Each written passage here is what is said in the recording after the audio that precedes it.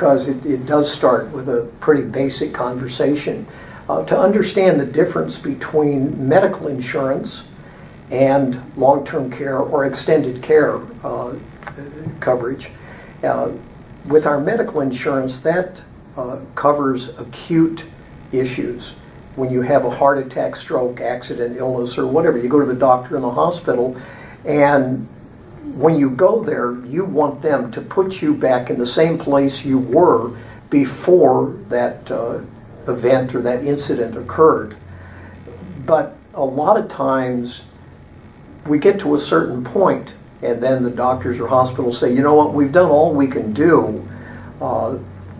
You still need some ongoing care, but that's not what we do. So then you get into the area of what they call custodial care, where you actually need help with the activities of daily living, like eating, dressing, being able to move, get up out of bed, some of the simple things that we just absolutely take for granted. And also the area as people age, the cognitive issue.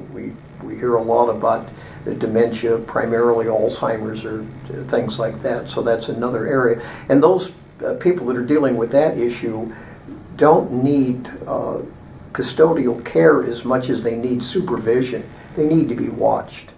The government programs, where a lot of times people are thinking, well, I don't have to worry, the government will take care of me, but with Medicare, that provides basically 20 days of paid for coverage if you go into a nursing home after a 3-day stay in the hospital, and then get transferred out of the hospital, and they'll cover 100% up to 20 days, and then an additional 80 days with a daily deductible or copay, I guess.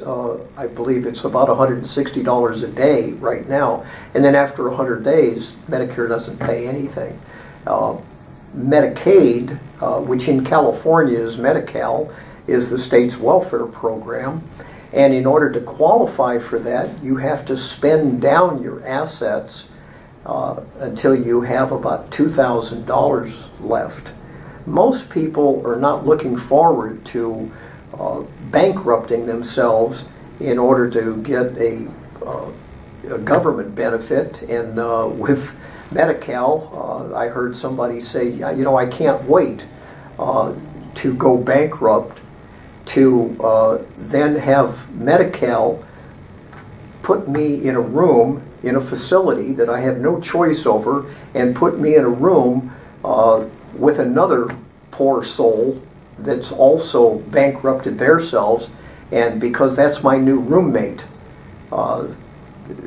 It's not what people usually are looking forward to when they really think it through. We invite you to call us, either Bob or myself, for a free 1-hour consultation on your long-term care options.